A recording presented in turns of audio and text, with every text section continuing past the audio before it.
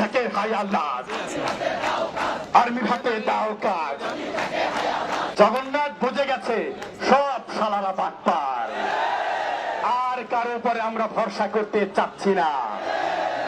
এই সব শালারা বাটপার, আর্মি হবে ঠিকাদার।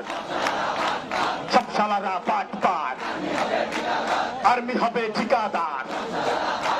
আর্মি হাতে দাও কাজ।